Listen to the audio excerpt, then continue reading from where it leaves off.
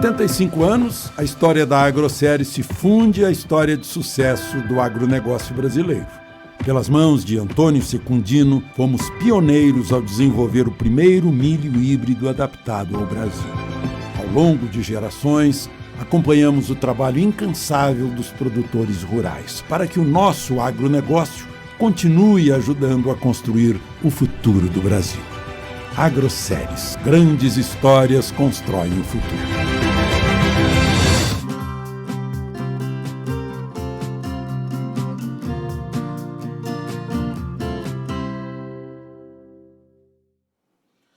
Muito bem, está na hora da gente analisar o que aconteceu com Chicago, semana encerrando e de forma positiva.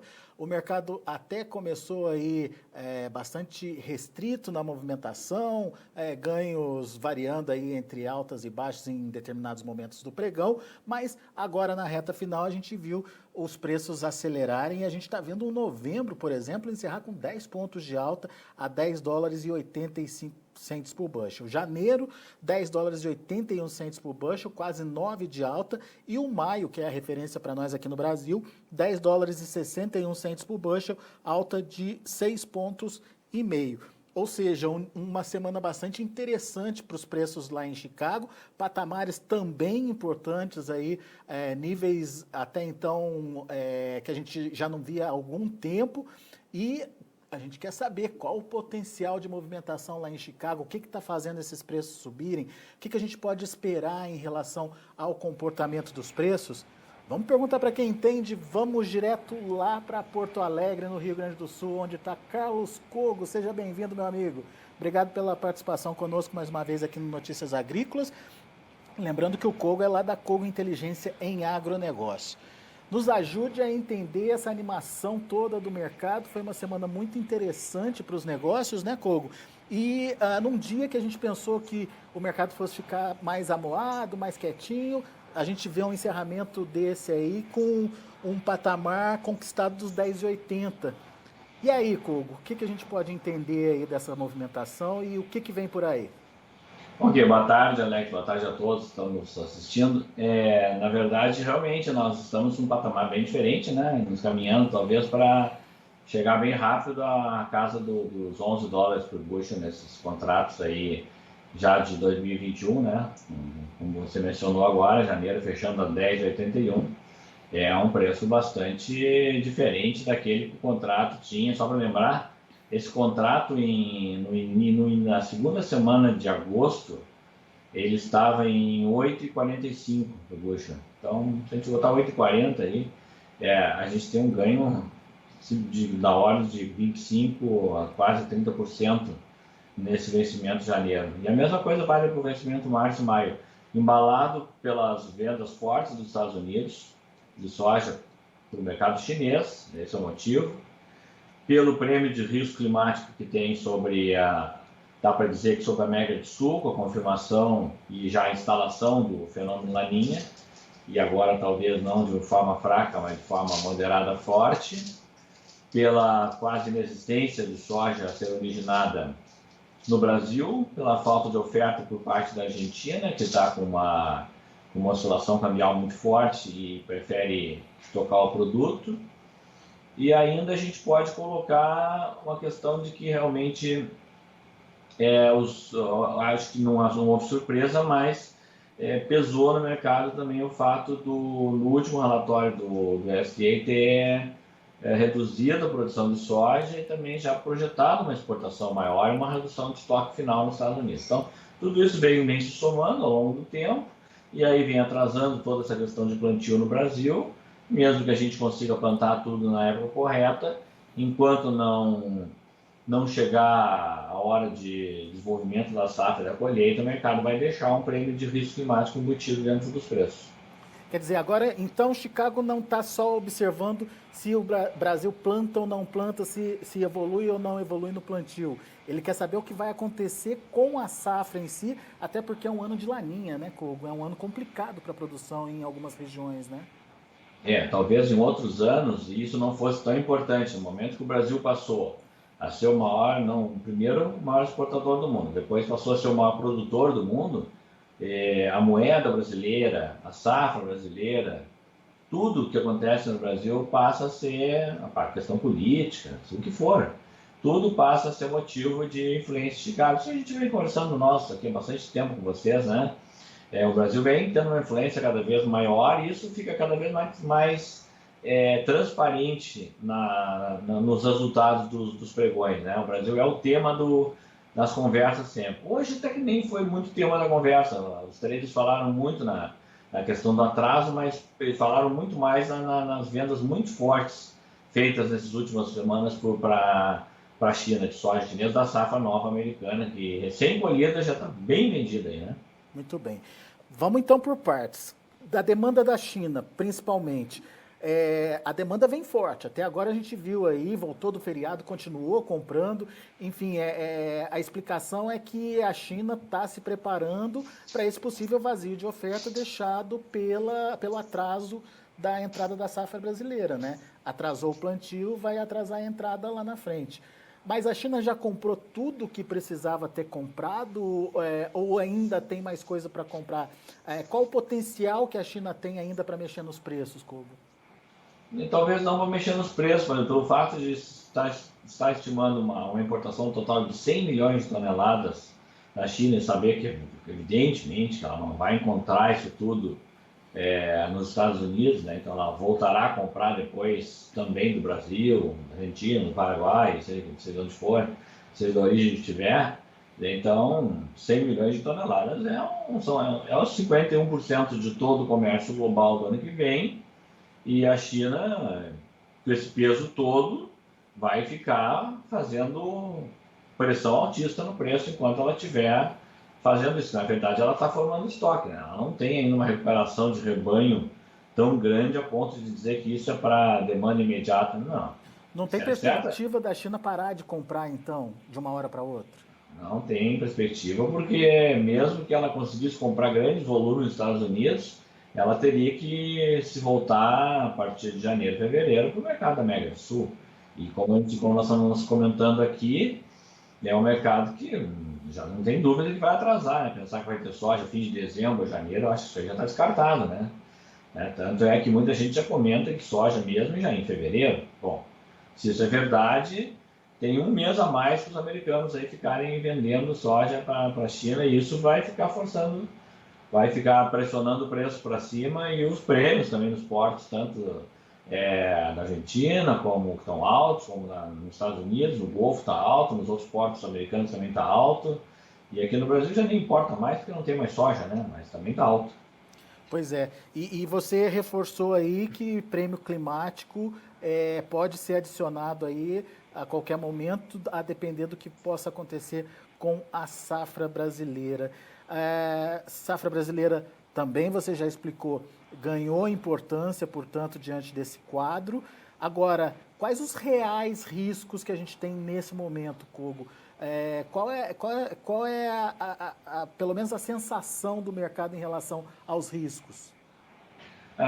Olhando para o mercado brasileiro, duas coisas podem retirar um pedaço dessa alta, uma fatia dessas altas de preço. O meu câmbio, que muitos compradores estão aguardando exatamente isso, que é uma possível queda do dólar no Brasil para tentar fazer alguma compra de quem está descoberto aí para soja, farelo, derivados, etc., para o ano que vem. Isso eu tenho ouvido bastante dos próprios clientes. E a outra coisa que pode tirar uma fatia do preço é o clima normalizar, as chuvas voltarem ao Brasil, o plantio começar a deslanchar e se confirmar que a perspectiva é de uma safra recorde. A consultoria aqui está trabalhando com uma projeção muito próxima do SDA, que é 135 milhões de toneladas.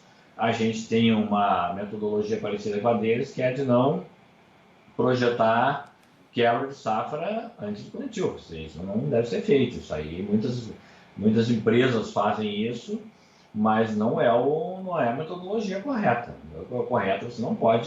Você até pode projetar uma safra menor, né? Você já está projetando quebra na safra antes dela ser mesmo plantada, é um exagero. Agora, que o risco de um laninha moderado a forte vai imputar uma margem de perda aí de risco de perda enorme na safra do Rio Grande do Sul, Santa Catarina, provavelmente da Argentina, uma parte do Paraguai e Uruguai. E esse grupo que eu estou falando agora junto aqui já tem um peso aí bem grande na oferta. Qualquer coisa que acontecer nessa região que eu tracei aqui agora é super importante. A América do Sul, hoje ela pesa 56% de uma oferta total. Então, uma perda dentro da América do Sul, nessa região que a gente está falando, ela, de qualquer tamanho que for, é importante.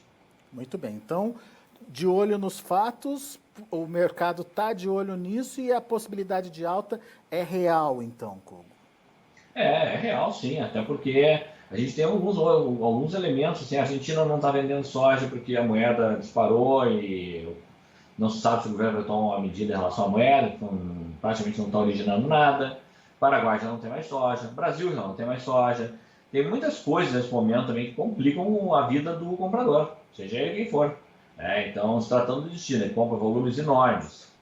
Nessa hora, acordo comercial, briga com o governo, isso aí não está valendo mais nada agora. Bota tudo fora.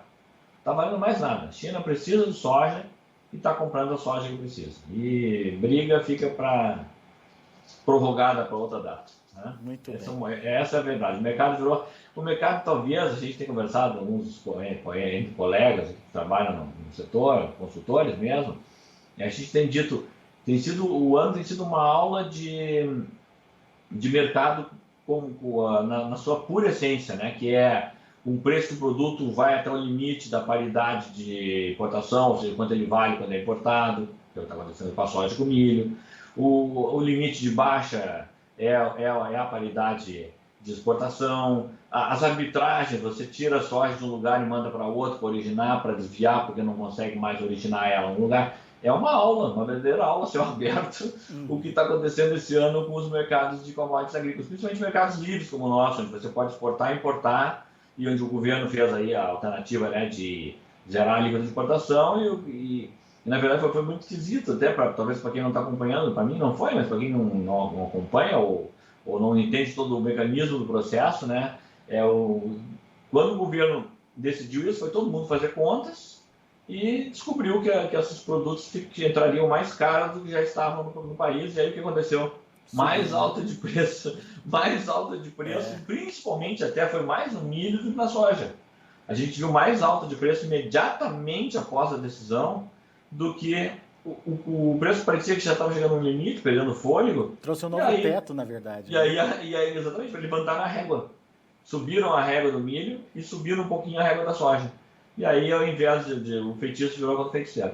Não é que o governo ter tomado uma medida errada. Essa medida ela só deveria ter para efeito de mercados, de abastecimento, de suprimento. E realmente está difícil mesmo. Para os consumidores é uma situação muito difícil originar farelo e óleo, por exemplo.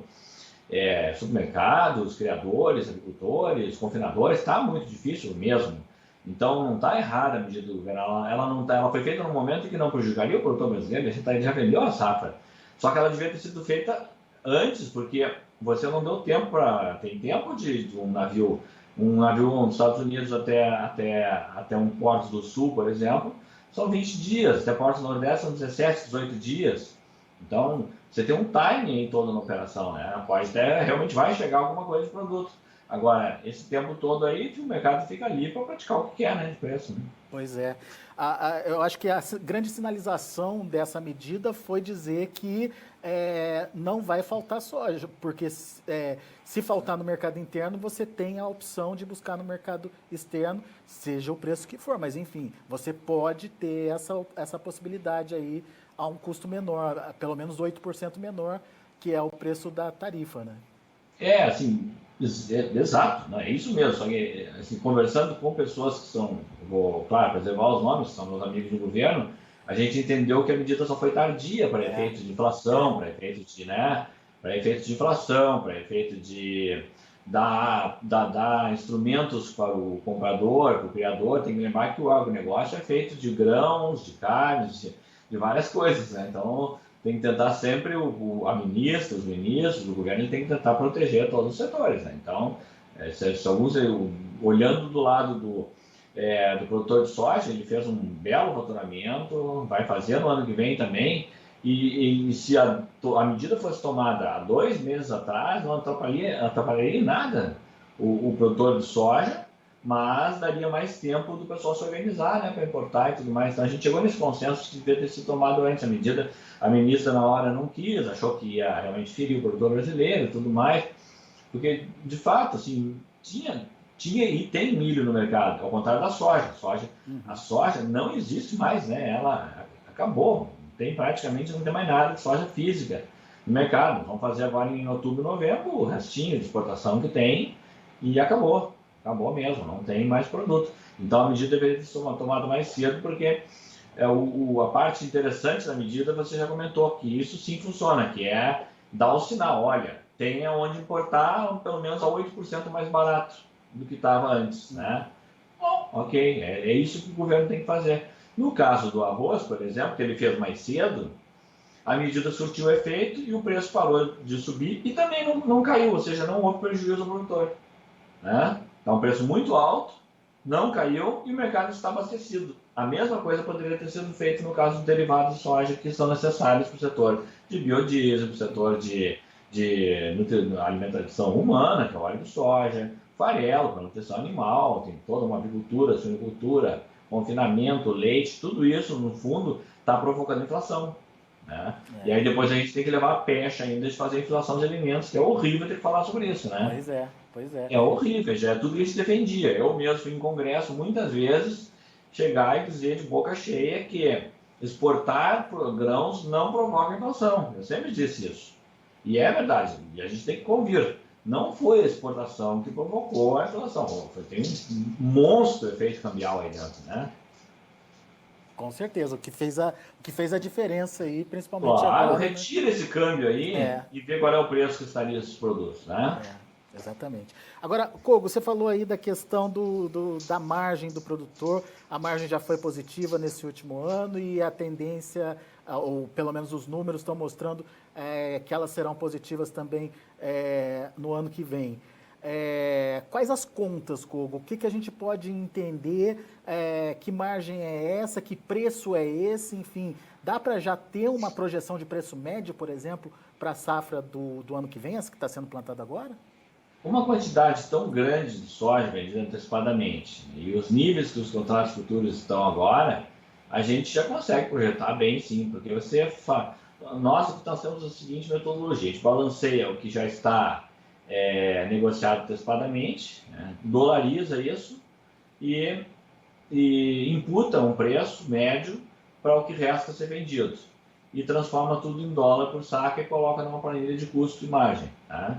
Então, esse valor esse ano, para a próxima temporada, agora 2021, ele em dólar já está bem maior do que a média em dólar do ano passado. Porque só para lembrar, né, o ano passado, 2020, quando eu falo ano passado, safra passada, 2020, até março, nada tinha acontecido, né? O câmbio estava 4,20 até janeiro, fevereiro, vem a pandemia, o câmbio muda de tamanho, já tinha coisa vendida antecipada. Tem que lembrar que quando chega em fevereiro no Brasil, já tem quase metade da safra vendida.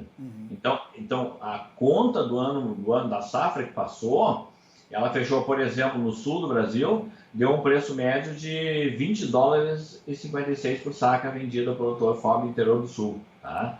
E a nossa projeção para a próxima temporada é 22 dólares e 94, é quase 2 dólares e 50 a mais por saca. Isso... Ponderando, né, a venda já feita com a venda a ser feita. Tá. Isso é um ganho de 11%? 11,6% no sul e 15,6% em dólar no Cerrado, fazendo uma média entre Mato Grosso, Goiás e Mato Piba. E qual que seria o valor do Cerrado, Kogo? Do Cerrado, o ano passado a média do preço a nossa ficou em 18,09, não consolidado já, e para o ano que vem 20,90, então daria 2 dólares e 90 a mais. E aí, para explicar ao telespectador, ao internauta, é maior a diferença, 15,5%, porque as vendas antecipadas da região do Cerrado são maiores em termos percentuais do que no sul e no sudeste. E já foram negociadas num outro nível, né? Exatamente. Muito bem. E esses valores, eles remuneram, deixam margens, inclusive margens maiores daqui do ano passado também? Deixa. Isso foi uma discussão grande também no começo, que haveria em função da alta do câmbio, né, o produtor ganharia menos porque pagou mais pelos insumos. De fato, pagou mais pelos insumos. A produção aumentaria, né? Sim, aumentou, e aumentou mesmo. Por exemplo, o custo no Sul, ele aumentou 13,2% em reais. E o custo no Cerrado aumentou 8,5% em reais também. Tá? Então, houve sim um aumento forte. Agora, o que importa na cabeça do produtor, de qualquer produtor, é poder de compra, relação de troca. Então, por exemplo, caso de crop protection, todo o pacote de defensivos. No ano passado ele gastou 8,1 sacas por hectare no sul para comprar o pacote de defensivos. E esse ano ele gastou 6,2 sacas. Tá? Bem menos, hein? Bem menos, pois é. Esse 6,2, na verdade, ele é acima da média histórica. Tá? Ele até gastou mais do que ele gasta, normalmente ele gasta 5 a 5 sacos e meio. Ele gastou mais do que a média. Agora ele gastou bem menos que o ano passado. Então, na verdade, o poder de compra dele estava melhor comparado ao ano passado. Aí a explicação é o tempo que ele foi feito a compra, foi feito de forma precoce, os preços dos agroquímicos e defensivos, vários deles estavam embaixo em dólar também. Então tem uma série de coisas que explicam, não vem ao caso agora. E, por exemplo, fertilizante é a mesma coisa. No ano passado você gastou no sul, por exemplo, 6,7 sacas de soja por hectare para comprar o pacote básico de fertilizantes, e esse ano 5,3. 5,3 sim, essa é a média histórica. Tá? Então ficou na média histórica. O ano passado, na verdade, me pareceu que foi um ponto fora da curva. Nós temos uma série de 12 anos aqui. Muito bom. Agora, você tocou num assunto importante, a Argentina fora do jogo. A Argentina fora do jogo significa, não é só o grão fora do mercado, mas os produtos, subprodutos também aí, sem negociação, Kogo? Dá para entender assim? Dá para entender assim, porque a situação é muito complicada. Para quem não está, eu morei na Argentina, vivi lá, conheço bem o país, trabalhei lá e acompanho, tem consultor, parceiro lá, a gente acompanha muito em cima, os clientes usam muito aqui informações sobre o mercado argentino. O mercado argentino está numa situação muito delicada, a moeda se perdeu, né? O peso tem 8 tipos de câmbio, ainda tem mais alguns 10 tipos de câmbio com outras operações diferentes, e o peso estava aí, disparou. Ele está muito parecido com o que aconteceu em 1989, né, quando o peso disparou e quando a moeda acabou sendo modificada, talvez já está indo para casa de 180 pesos por dólar, e o produtor simplesmente não quer vender. Ele está comprando máquina, inclusive, a mata aquecida, venda de máquina e tudo. O que ele não quer fazer é vender soja. Ele não quer fazer isso. Ele troca ela por alguma coisa, ele deixa estocado, ele bota no silo bolsa, mas ele não quer vender soja, e assim ele vai continuar até que tenha alguma coisa. Tem um imposto de 33% sobre a soja, né? Então ele não quer vender soja, ele quer agora esperar que o estoque ele tem, mais a safra nova vai entrar, vai ficar fora do mercado até que tenha alguma coisa favorável para ele se estimular a vender. É um país que produz 48 milhões de toneladas e que responde por quase metade das exportações mundiais de farelo e de óleo. Então o peso da Argentina, relativamente, ele é muito grande. Pois é, e essa falta de farelo e óleo no mercado tem ajudado inclusive o Brasil. Claro, o Brasil tem exportado essa quantidade de farelo, vamos ver o fechamento agora de outubro, mas pela parcial da terceira semana, nós vamos fechar com mais ou menos 8% a mais de venda de farelo. Parece pouco, mas não é, porque o Brasil não é um grande exportador de farelo. E a exportação de farelo nossa vai ser recorde esse ano, e com crescimento ainda, o real de 8%. Então isso também desviou, a exportação de óleo, soja também está boa, também acabou sendo boa também, e acabou desviando para outras origens a compra de óleo, que normalmente é a Argentina, que realmente é o mandante do mercado, aí, que tem já a tradição em ser exportador de derivados, né, de soja, de farelo e de óleo. E o Brasil abocanhou uma parcela disso. Agora quem vai abocanhar é os Estados Unidos, porque o Brasil já não tem nem para consumo próprio, né? O óleo de soja está racionado nas prateleiras dos mercados, né? Então, mas essa boa demanda por farelo e óleo também justifica os preços recordes para o grão aqui no Brasil, não? Justifica, sim. Tem uma questão interna, até assim, é bom até comentar isso, né? Porque, normalmente o preço do derivado, assim como o grão, é uma commodity clássica, tem que acompanhar o preço do mercado internacional. Então o preço é igual em todos os mercados, com os seus devidos câmbios, né?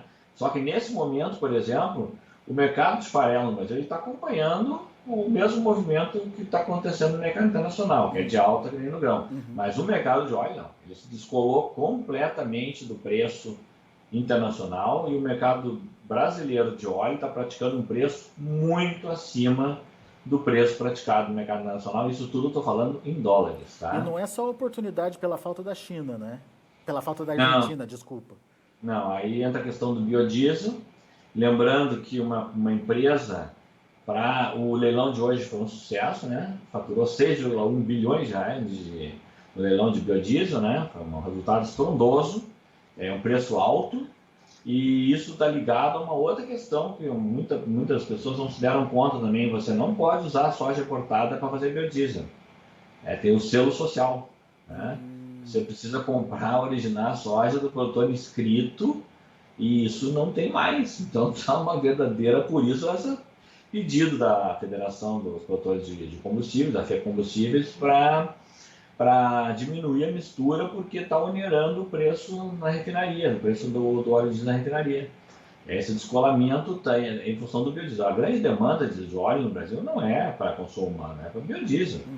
E o problema do biodiesel é que você, no caso do biodiesel, tem que originar matéria-prima no mercado interno. Então, o que faz a esmagadora ou a usina que precisa fazer? Ela tem que fazer uma arbitragem, achar uma soja, vender uma soja de uma outra origem para entregar onde ela iria entregar a soja a ser exportada, pegar aquela soja originada no Brasil e desviar ela para o mercado interno para esmagar e entregar no leilão de biodiesel. É uma engenharia que parece complexa, mas não é. É normal no mercado, mas teve que ser feita em grande escala esse ano para poder manter a mistura de biodiesel e a oferta nos leilões da ANP. E no caso do farelo, você falou que existe aí um acompanhamento de preço interno com o preço no mercado internacional, mas no caso específico do óleo, imagino até que por causa dessa demanda do biodiesel aí, houve esse descolamento. É um descolamento importante? Dá para perceber isso numa curva de projeção aí? Dá para perceber claramente. Assim, a curva do farelo ela é bem estreita, não tem nenhuma. As correlações são muito grandes. Você vai entender, a correlação entre o preço de farelo no Brasil e no exterior é de 0,94, ou seja, uma correlação a um nível muito alto, né? E do óleo é mais alta ainda, uma correlação de 0,98, ou seja, próximo de 1, é quase exata.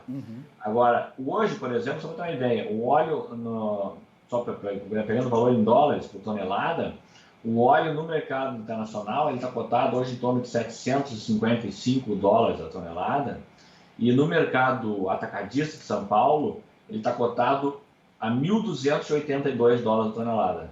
Diferença, então, é uma diferença monstruosa que ela não é totalmente incomum. Ela nunca acontece dessa forma.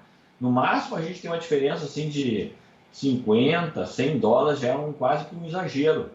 E é uma diferença gritante aqui, a gente já é coisa aí teria que calcular aqui agora, não fiz esse cálculo para a entrevista, mas é gritante a diferença. Ela no gráfico, visualmente, assim, num gráfico é gritante a diferença, é enorme. Nós estamos completamente descolados no óleo de soja, realmente. Mas a perspectiva é de continuidade desse cenário, Kogo? Enquanto não entrar pelo menos alguma coisa de importação para poder diminuir essa questão de escassez aí no atacado e no varejo, eu não vejo outro caminho. Vai ser assim por enquanto. Não tem. Daqui a pouco, quando chegarem alguns navios de soja aí, na Americana e tudo mais, já não tem quase nada para originar na América do Sul, então quando chegar a soja americana, talvez os preços, não vou dizer que vão cair, mas pelo menos eles talvez vão se alinhar a paridade internacional, né? Ou pelo menos se estabilizar em reais, no mínimo isso. Isso também não está acontecendo, né? Os preços vêm subindo, aí que está. Isso é um outro problema também, né? Os preços eles vêm subindo.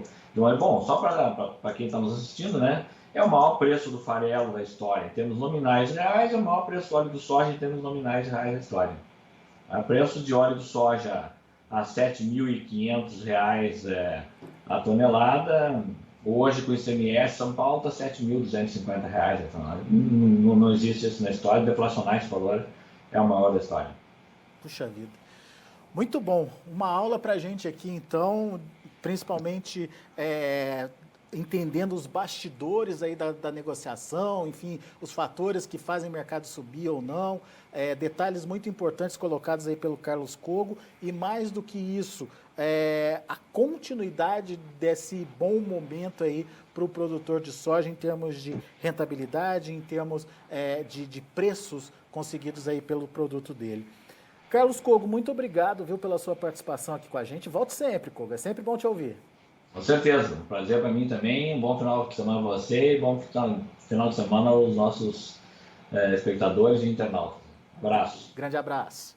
Tá aí Carlos Cogo, da Cogo Inteligência em Agronegócios, conversando aqui com a gente, analisando muito bem esse mercado da soja e trazendo números consistentes aí para te ajudar a decidir aí o que se vai fazer com a soja que começa a ser plantada aí pelo Brasil afora. Vamos aos preços, vamos ver lá na Bolsa de Chicago como estão encerrando as negociações. Você acompanha comigo na tela, vamos lá. Para novembro, 10 dólares e 83 centes por bushel, 10 pontos de alta. Para janeiro, 10,81, 8,75 de elevação. Para maio, 10,61, 6,5 de alta. Para julho, 10,59. 10 dólares e 59 centes por bushel, uma alta de 4 pontos para o vencimento julho. Vamos ver o milho.